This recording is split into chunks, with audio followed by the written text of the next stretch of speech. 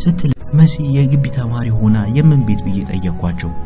እንዴ እሷ እኮ ካፌ ማትጠቀምም ግቢ ማትኖርም ውጪ ተከራይታ ነው የምትኖረው አሉኝ እየተጋገዙ።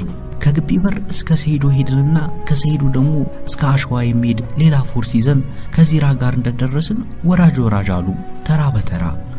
አንድ ሰርቪስ ያለው ድሮ እንደተሰራ አሰራሩ የሚመሰክር ትልቅ ግቢ ውስጥ ገባን። መሲ ከሰርቪሶቹ አንዷን ይዛለች። ከዛ በኋላማ ጦጣ ታውቃለህ? ጦጣ ሆንኩል።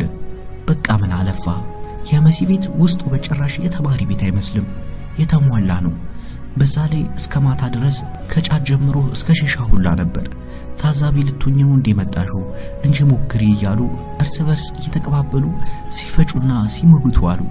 እሷን አላውቃትም።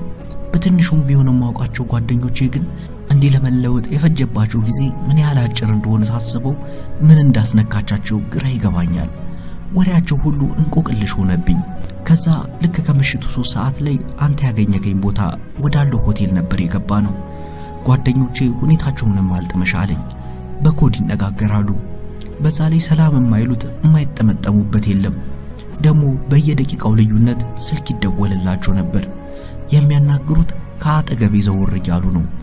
ጨነቀኝ። ላለመጨናነቅ ስል አንድ ቢራ ያዝኩኝ።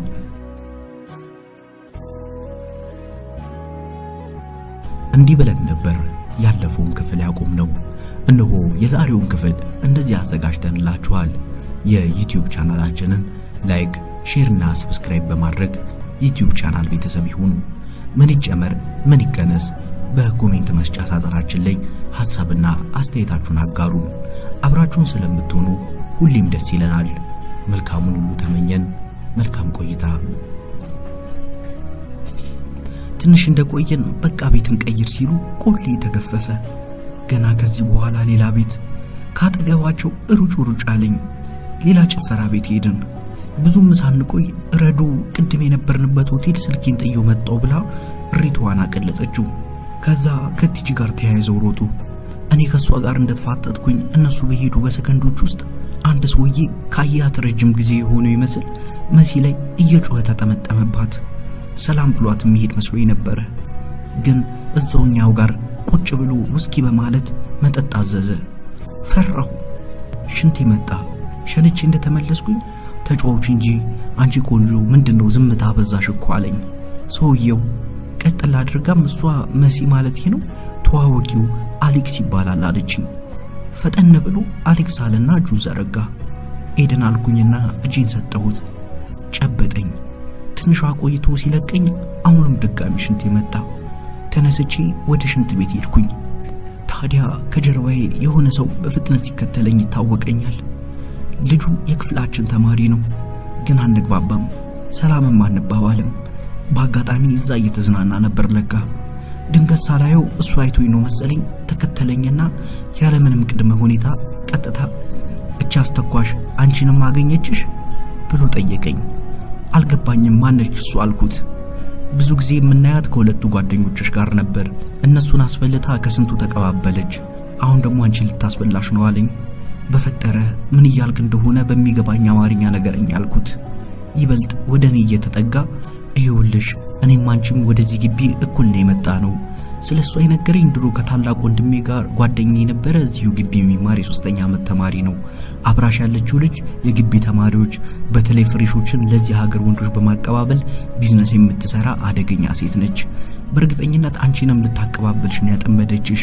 ሞባይሏን ብትቀበያትና ብታዩ ለገበያ ልታቀርበሽ አንቺ ሳታያት ያነሳችሽ ብዙ ፎቶ አለ። ያንን ፎቶሽን ያየ ሰው እቺ ልጅ ካስበላሽኝ ይሄን ያክል ሰጥሻለሁ ይላታል። አለቀ። ተማሙታ ታጠምድሻለች። አንዴ ከግቢ በሆነ መንገድ አብረሻት ወጥተሽ የምትፈልጊ ቦታ ከደረሽላት አለቀ ማለት ነው።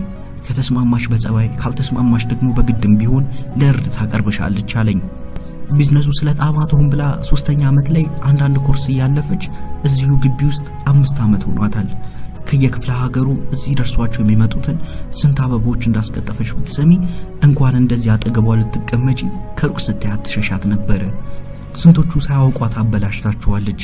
አንቺንም ሳታውቂያት አብረሻት እንደመጣሽ ስለገባኝ ነው የነገርኩሽ። እኔ እንደነገርኩሽ እንዳትነግሪያት ዱርዬ ቀስታ ታስቀጠቅጠኛለች ብሎኝ ካጠገቤ ብሳለ። እኔ ግን እዛው በቆምኩበት ዞርብኝ። እንደምንም ጠጋልኩኝና ሳያት የምጠጣው ቢራ ውስጥ የሆነ ነገር ስትጨምር ተመለከትኳት። ጭው አለብኝ። ለዚህ አብሯት ላለው ነው ማለት ነው እኔን ያጠመደችኝ አልኩኝ እያየዋቸው። ሰውየውን እኮ ብታየው ምን እንደሚያክል ማጅራቱ ላይ ያለው ስጋ ለብቻው ቢመዘን ከኔ ኪሎ እኩል ይሆናል ስትለኝ ከመመሰጥ የተነሳ ሁለመናዬ እንቅስቃሴ አቁሞ ትንፋሽን አጥፍቼ ሳዳምጥ ከነበርኩበት ሁኔታ አውጥታ አሳቀችኝ። አቦ ይሄ ሁሉ ነገር ተፈጥሮ ትቀልጃለሽ አይደል? በያውን ቀጥይ አልኳትኝ። ለመሆኑ ስም ማን ነው? ድንገተኛውን ጥያቄ ጠየቀችኝ። እስካሁን ስሜን አለማወቋ ሳይሆን የጠየቀችበት ሁኔታ ያሳቀኝ። ዳን ይባላል፣ ዳንኤል አልኳትኝ። የሷን በወሬ መሃል ስለነገረችኝ መጠየቅ ሳያስፈልገኝ በእናትሽ ሄዱ፣ ከዛ በኋላ ምን እንደተፈጠረ ንገሪኝ ቀጥያ አልኳትኝ። ዞር ብላ ወደ ግቢው ስትመለከት አቦቴና እንግዲህ ድሬዳዋ ዩኒቨርሲቲ እንደሆነ አጥር የለውም፣ ምንድነው ወደዛ የምታዩ? የማጅራቱ ስጋ ከኔ ክብደት ጋር እኩል ይሆናል የሚለው ጋር ነው የቆምሽው ስላት ፈገግ ብላ እውነቴን እኮ ነው፣ በጣም ግዙፍ ሰው ነው። እኔን ከዛ ሳሎን ቤት ከሚያል ሰውዬ ጋር አንሶላ ልታጋፍፍ ማሰቧ የጭካኔዋን ልክ ያሳያል። ብታየው ሲተነፈስ ራሱ ያስፈራል። የታፈነ ነው የሚመስለው። እኔ ደግሞ እንደምታየኝ ቀጭን ነኝ። ብብቱ ስር ደብቆኝ ወደ ፈለገበት ቢወስደኝ ራሱ ማን ያዋል ብለህ ነው? አቦቺ ልጅ እኔ እንዴት እንዳመለጥሽ ለመስማት ጆሮዬ ቆሟል። አንቺ ትቀልጃለሽ ስላት ሳቅ ብላ በገባንበት በር ቀጥ ብዬ ቦታ ያዩኛል። ግቢውን ካወቀው የተወሰነ ቦታ ጭላንጭል ብርሃን፣ የተወሰነ ቦታ ደግሞ ጨለማ ነው። ስለሱ የነገረኝ ልጅ ጥግ ላይ ወዳለችው ጎጆ ቤት ውስጥ ነው የገባው። ጎጆ ቤቷ ደግሞ እየጠጡና በሚጨፍሩ ሰዎች ጢም ብላለች። ከመሃል ልጁን ለማየት አልቻልኩም። ሞባይል ረሳም ብለው የሄዱ ጓደኞቼ እስከሚመለሱ ሽንት ቤት ገብቼ ከውስጥ ዘጋሁት። ሽንት ቤት ሆኜ ልጁ ያለኝን ነገርና ቀን እቹ መሰረት ቤት ሆነን ስልክ ሲደወልላት ምንም እንኳን የምታናግረው ከቤት እየወጣች ቢሆንም ከመራቋ በፊት ስታነሳው በንግግር መሃል አልፎ አልፎ ጆሮዬ ጥልቅ ሲሉ የነበሩ ቃላቶች አቃጨሉብኝ። በተለይ ደግሞ እጄ ላይ አዲስ ዕቃ የለም ያለችው ነገር ነው። ዕቃዎቹ እኛ ነን ማለት ነው። እንደ ቃል ትሸጠኝ እያመቻቸች ነበር። ይሄ ድርቅና ሽንተይና ፈጠን ያልሽኝ ማለቷን ሳስበው ነደድኩኝ። መፍጠን እንደ ጓደኞቼ ከሆነ ዘላለም ላዝግም። መፍጠን መበላሸት፣ መፍጠን ያሳደጉኝ ወላጆቼ መርሳትና ድካማቸውን መና ማስቀረት ከሆነ ባፍንጫዬ ይውጣ። መፍጠን በተስፋ ደረሰች ተመራ ለሀገርም ለኔም የምትጠቅም ዜጋ ሆነችልኝ እያለች በጉጉት የምትጠብቀኝ እናቴን እና ሀገሬን በማይሆን ተግባር ውስጥ ገብቶ ባጭሩ በመቅጨት ተስፋዋን ማጨለም ከሆነ በዚሁ መልክ ፈጠኜ ፈጣን ከመባል ፋራ፣ ፈዛዛ፣ ደንዛዛ፣ ገገማ፣ ሰገጤ ልባልና የሆነው ይሁን። በሌሎቹ ተሳክቶልሻል፣ በኔ ግን አይሳካልሽም መሲ። በሐሳብሽ የሚሳካው ከገድልሽኝ ብቻ ነው እያልኩኝ እየፎከርኩኝ ከሽንት ቤት ስወጣ አሁንም ጓደኞች ያልመጡ። ሞባይል ጠፋ ብለው የሄዱት ሆን ብለውና እኔን ለዛች አውሬ ጥለው ለመሄድ ሲሉ የፈጠሩት ምክንያት እንደሆነ የገባኝ ያኔ ነው። ግራ ገብቶኝ ጥቂት እንደቆምኩኝ መሲ ምን ነው ቆየሽ ብላ ነው መሰለኝ ወደ ጀርባዋ ስትገላመጥ አየኋት። እሷ ግን አልታየኋትም። ተነስታ ልትፈልገኝ ወደ ሽንት ቤት ብትሄድ ይህን ዝፍዝፍ ሸውጄ መውጣት አያግተኝም። በእናትሽ ተነሽና ፈልጊኝ እያልኩኝ በመሃል ከጎጆ ቤቷ ውስጥ መሲና ሰውየው ወዳሉበት ሶስት ወጣቶች እየተጨቃጨቁና እየተጓተቱ መጡና አጠገባቸው እንደደረሱ ቅልጥ ያለ ጸብ ውስጥ ገቡ። ደነገጥኩኝ። ትርምስምስ አለ። በዚህ መሃል ልውጣ ታየኝውን እያልኩኝ ስወዛገብ የቀድሙ ልጅ ድንገት እጄን አፈፍ አድርጎ ትፈጃለሽ እንዴ? ጸቡ እኮ ድራማ ነው። ውስጥ ሆኜ ስከታተልሽ ነበር። ሆን ብዬ ነው ጀለሶችን እዛ ጋር ሄደው ወከባ እንዲፈጥሩ ያመቻቸውልሽ። ከሷ ጋር ፊት ለፊት ተቃብቼ አንቺ ማስመለጥ ስላልፈለኩኝ ነው። ልጅቷ ብዙ ኔትወርክ ስላላት ሌላ ጊዜ እንዳታስጠባኝ ብዬ ነው እንጂ እኛ አራት ሆነን ያን አብሯት ያለውን ዘርጥ ፈርተኑ እንዳይመስልሽ ካለኝ በኋላ እያዋከበ ይዞኝ ከወጣ በኋላ እዛ ጋር ባጃጅ ታገኛለሽ፣ ቆይ ትንሽ ላስጠጋሽ እያለ ቁልቁል ወረድን። እሱ ይሄን ሁሉ ሲያወራ ስለደረገጥኩኝ ነው መሰለኝ ትንፍሽ አላልኩም። በቃ ተመለስ ብየው ቆም እንዳለን ከጀርባው ከሆቴሉ እየተምዘገዘገ የሚመጣውን ሰው ተመለከትኩኝና በቆምኩበት በድን ሆንኩኝ። ሁኔታዬ ግራ ገብቶት ሲያፈጥብኝ በእጄ ወደሚመጣው ሰው እያመለከትኩኝ እንደምንም ወይኔ ተከትለው መጡ መሰለኝ አልኩት። ደንግጦ ዞረ። ወዲያው መጀመሪያ እየሮጠ የወጣውን የሚያባርሩ ሁለት ወጣቶች ከጀርባ ተከታትለው ወጡ። እንዴ የሚያባርሩት እኮ ጀለሶቼ ናቸው። ምን ተፈጥሮ ነው? ምን አርጓቸው ነው? አለና ድንጋይ አንስቶ ከፊት ጠበቀው። በእናትህ ተው አትጣላ አልኩት በጭንቀት። ልጁ ግን ገናኛ ጋር ሳይደርስ ድንገት ወደ ግራ ታጥፎ እግሬ አውጭኝ አለ። ልጁ ድንገት ስልብ ያለባቸው ጓደኞቹ ወዴት ሄደ? ቤቱ ካኑ ሄደው እያሉ ልጁ በሄደበት ቀጭንና ጨለማው መንገድ ሊገቡ ሲሉ ቆይ ወደ ጨለማው አትግቡ፣ ቆይ ምን አድርጓችሁ ነው? ምን ተፈጠረ? ማን ነው ልጁ? አላቸው ከኔ ጋር የነበረው ልጅ። ሁለቱም ቁና እየተነፈሱ እኩል ማውራት ጀመሩ። ያኗ ጥግ ላይ ብቻውን ደቅ ብሎ ሲቀመቅም የነበረው እንዴ እኛ የፌኩን ድብድብ ስናጧጥፎ ማለቴ ብሩኬና እሱ ሲደባደቡ እኔ ደግሞ ማገላግል መስዬ መሃል ላይ ሰውክብልሽ ድብድብ ሲያዩ ዛሩ ተነስቶበት እንደ ቀለባ አረገው መሰለኝ ዝም ብሎ ብቻ የሚጠጣውን ቢራ አንስቶ እየተንደረደረ በመምጣት ብሩኬ አናት ላይ ያፈነደው ሲል የደነገጥኩት መደንገጥ አለበት ነው። ተጎርቷል እና እሱን እዛ ጥላችሁት መቼውን ለማባረር ሁለታችሁም ትወጣላችሁ፣ መጠጡ ገብቶላችኋል ማለት ነው። ቻው እሺ እህቴ በቃ ሂጂ አንቺ ያለኝና ሶስቱም ተያይዘው ወደ ጭፈራ ቤት ሮጡ። ይህ ሁሉ ነገር በእኔ ምክንያት መሆኑን ሳስበው ተሸማቀቄ ጤፍ አከልኩልኝ። በቆምኩበት እስከሚገቡ ድረስ አየኋቸው። ጓደኛቸው የከፋ ጉዳት እንዳይደርስበት በውስጥ የተመኘው 5 ሳንቲም እጄ ላይ እንደሌለ ትዝ ያለኝ ከሩቅ የምትመጣ ባጃጅ እንዳየው ነበር። ግራ ገባኝ። በግራ አልመጣ ነገር ሰዓቱም ርቀቱም የማይሆን ሆነብኝ። ጨነቀኝ። ለዛች አውሬ ጥለውኝ የሄዱት ጓደኞቼን በጣም ብናደድባቸውና በጠላቸውም አማራጭ አልነበረኝምና የመሳፈሪያ ብር ልቀበላቸው ሞባይልና አምጣ ብለው ወደ ሄዱበት መጀመሪያ ወደ ነበርንበት ሆቴል ሄድኩኝ። ስደርስ ሆቴሉ ጢም ብሏል። መግባት ፈራው። እዛው ግንቡ አጥርን ተደግፌ እንደቆምኩኝ ያንተ ባጃጅ መታ ቆመች። ወዲያው ደግሞ አንድ ሰካራም በስልክ እየተጨቃጨቀ ከሆቴል ወጣና ከፊት ለፊት የቆመ ያወራ ጀመረ። አብዛኛው ንግግሩ ስድብ ነበር። ቀጥራው የቀረችበት ሴት መሰለኝ የሚሳደቡ። እንደጨረሰ ወደኔ ዞር አለልህና ወይ የኔ ቆንጆ ምን ነው ብቻሽን? እኔም ወንድ ቀጥሮኝ አስደግፎኝ ነው እንዳትይኝ ብቻ።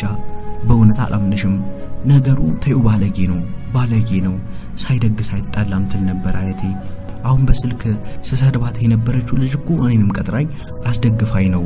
አረ እንኳንም ቀረች። የሆነች አስቀያሚ ነገር ነች እኮ። ሳስበው ግን የኔዋም ያንቺው እዚሁ ቀጥሮን የቀሩት አብረው ሆኖ ሳይሆን አይቀርም። አረ ነው ይሄውና አንቺን አገናኝቶ የእጃቸውን ሰጣቸው። አንተ የሰው ስታጫውት ያንተንም የሚያጫውት ይልክልሃል ትለኝ ነበር አያቴ። ኖ አጎቴ አለና ጠጋ ብሎ በይ ነይ እንግባ አይለኝም። አልገባም ስለው እጄን ሊይዘኝ ሲል መንጭቄው ቀጥ ብዬ ወደ አንተ ባጃጅ መጣው ብላኝ ታሪኩን ስትቋጭልኝ ልጁን ምክንያት አድርጎ ያተረፋትን ፈጣሪን አመሰግንኩኝ። ልጁ ባያተርፋት ምን ሊፈጠር ይችል እንደነበር ሳስበው ድብልቅልቅ ያለ ስሜት ተሰማኝ።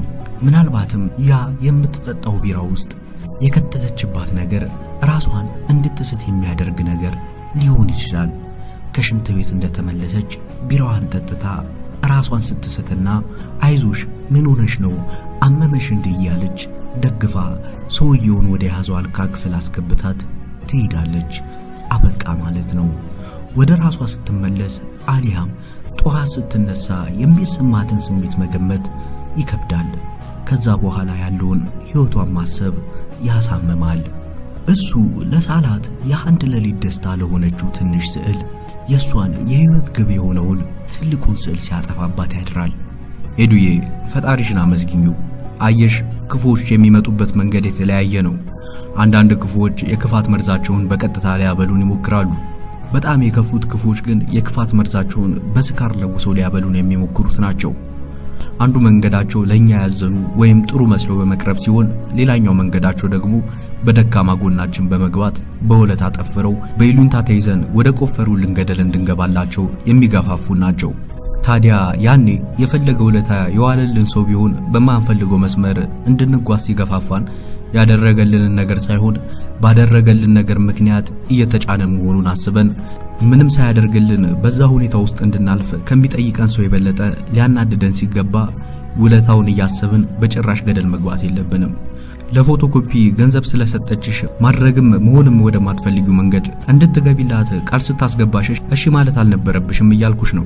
ከቤተሰቦችሽ ጀምሮ ያለውን ሁኔታ በግልጽ ስለነገርሽኝ አመሰግናለሁ። ካሁን በኋላ እኔም ተቀጥሬ የምሰራ ካንቺ ቤተሰብ ብዙ ማይርቅ የኑሮ ሁኔታ ውስጥ ያደግኩኝ ቢሆንም በዚህ ሰዓት ቢያንስ ካንቺ ይሻላለውና በትምህርት ህይወትሽ የሚያስፈልግሽን ማለት ከትምህርትሽ ጋር ተያያዥ የሆኑ ወጪዎችን እኔ ብሸፍንልሽ ደስ ይለኛል። የሚያስፈልግሽን በግልጽ ልትጠይቂኝ ፍቃደኛ ነሽ ሄዱ ስላት አይኖቿ እንባ አቀረሩ። መልስ ሳትሰጠኝ አቀረቀረች። ምን ነው አልኳትኝ። አይ ምንም እንዲሁ ገርሞኝ ነው አለችኝ። ምኑ ብዬ ጠየቅኳትኝ። እኔ እናንተ በብዙ ኪሎ ሜትር ተራርቀን ነው የኖርነው። አታውቀኝም፣ አላውቅህም፣ አደረኩም አላደረኩም፣ ግን እንዲህ ስትለኝ ከሚያስፈልጋቸው በላይ እያላቸው የጓዳችንን ችግር እያዩ የቅርብ ሩቅ ሆነው ህመማችን የማያማቸውን ችግራችን ያራቃቸውና በደህና ኑሮ ውስጥ ያሉ የእናቴም የአባቴም ዘመዶችን አስታወስከኝ። እማዬ በጣም የዋነች። ምንም ባያደርጉላት ራሱ ካለቻት ላይ ቀንሳ የሆነ ነገር ገዝታ ሄዳ ትጠይቃቸዋለች። እነሱ የሚጠያየቁትም የሚረዳዱትም በኑሮ ከሚመስሏቸው ሌሎች ዘመዶቻችን ጋር ነበር። እያደኩኝና ይህን እያስተዋልኩኝ ስመጣ እማዬ ልጠይቃቸው ልሄድ ነው ስትለኝ በሷ በራሷ መናደድና ባትሄድ ደስ እንደሚለኝ ፊት ለፊት መናገር ጀመርኩኝ። እሷ ግን ተይ ልጄ ክፉ መስሎሽ እንጂ ክፉ አይደሉም፣ ቢሆንም ደግሞ ሰው ክፉ ሆነ ተብሎ ክፉ አይኮንም፣ ፈጣሪ ሁሉንም እንደየሰራው ይሰጠዋል። እኔ ግን ሄጄ ሰላም መሆናቸውን አይቼ መምጣት እረፍት ይሰጠኛል እና መጠየቅን አላቋረጥም ነበር የሁል ጊዜ መልሷ። ቢሆንም ግን ከልጅነት ጀምሮ አባዬና እማዬ ሲከፋቸው በእነሱ ሲበሳጩ እኔም በማይገባኝ መንገድ የውስጣቸውን ቁስል እርስ በርስ ለማውራት ሲሞክሩ እኔ በደንብ ይገባኝ ነበር። በዛ ምክንያት ዘመዶቻችንን አልወዳቸውም። እንደውም ስለነሱ ሳስብ ሰው ሁሉ ክፉ ነበር የሚመስለኝ። ነገር ግን ለሰው ችግር ደርሰው ሰው በእነሱ ደስ ሲለውን ሲያዩ በደስታ ዓለም የምትሞቃቸው፣ ሰው አዝኖ ደግሞ ሲመለከቱ ደጋግ ጎረቤቶቻችንን ከክፉ ሰዎች ይልቅ ደግ ሰዎች በቁጥር እንደሚበልጡ አስተማሩኝ።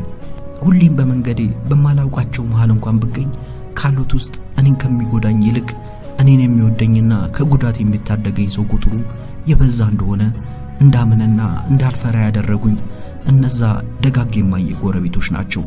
ዛሬ አንተ እንደዚህ ስትለኝ እነሱ ትዝ አሉኝና እንባ ተናነቀኝ አለችኝ። ቅድም ሕይወቷንና ያጋጠማትን ነገር ስትነግረኝ ከተሰማኝ ሐዘን በላይ ይህ ንግግሯ ውስጤን ሲፈነቅለው ተሰማኝ። ከዛ ሁኔታ ውስጥ ቶሎ መውጣት ፈለግኩኝ። ሰዓቴን አየት አደረግኩኝ። ከሌሊቱ 7 ሰዓት ተኩል ሊሆን ነው። ሄዱ በቃ በዚህ ሰዓት ወደ ግቢ መግባቱ ጥሩ አይመስለኝም። ችግር እንኳን ባያጋጥምሽ የሆነ የሚያውቅሽ ሰው በአጋጣሚ በዚህ ሰዓት ስገቢ ቢያይሽ ስላንቺ ያለው አመለካከት ጥሩ ካለመሆኑ በላይ ነገ ባየሽ ቁጥር አጠገቡ ላሉት እቺ ልጅ እኮ እኩለ ሌሊት ከደጅ ስገባ አየኋት እያለ ስምሽን ሊያጠፋው፣ በአጠቃላይ በዚህ ሰዓት መግባቱ በተለይም ለሴት ለሌላም ስም ነው የሚያሰጠው። የነበርሽበትን ሁኔታ ማንም አይረዳም ስላት ትከሻዋን ሰበቀችው። ታዲያ ምን ላድርግ ይመስላል የሰበቃው ትርጉሙ። ለምን አልጋ ይዘሽ አታድሪም? ጧት ትገቢያለሽ አልኳትኝ። አይ ልግባ እባክህ፣ አንተንም ከዚህ በላይ ላስቸግር አልፈልግም ስትለኝ በግድ አሳመንኳትና አልጋ ፍለጋ ወደ ከተማ ተመለስን። ትንሽ መንገድ በጸጥታ እንደተጓዝን ዝም ስትል እንደፈራሽ ስለገባኝ እኔ ማውራት ጀመርኩኝ።